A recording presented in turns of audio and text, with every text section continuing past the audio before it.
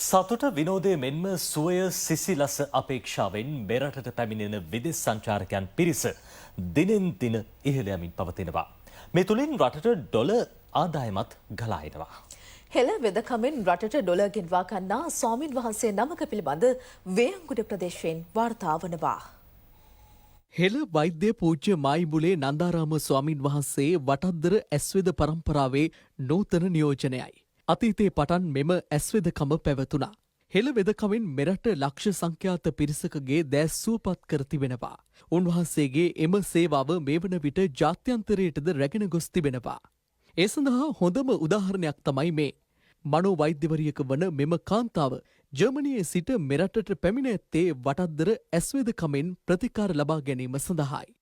So I am Gabrielle Freitag from Germany. I am a doctor for the mind, not for the body.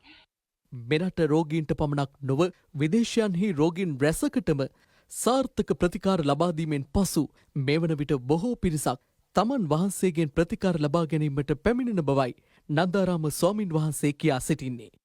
දැන් පහුගිය ටිකේම රටවල් ගණනාවකින් විදේශික හාමුදුරුවරු ඒ වගේම ගිහි ජනතාව මගෙන් බෙහෙත් ගන්න මේ ස්ථානයට එන්න පටන් ගන්න තියෙනවා.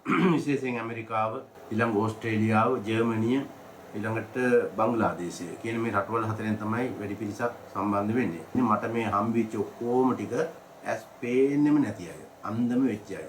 මම ඒගොල්ලොත් එක්කලා කතා කරලා කිව්වා එකන් එන කට්ටියට ටිකක් හරි පෙනුම තියෙනවා නම් මට කිසිම ප්‍රශ්නයක් නැතුව ගන්න පුළුවන් කියලා. ඉතින් ඒ අයගෙන් දැන් 80 දෙනෙකුට විතර ප්‍රමාණයක් යම් ප්‍රමාණයක ගුණ ඇවිල්ලා මොකද අවුරුදු 10ක් 15ක් ඇස් පේන්නෙම නැතුව ගිහින් ඉන්න අය තමයි ඒ රටවල් වලින් එන්න පටන් ගත්තේ.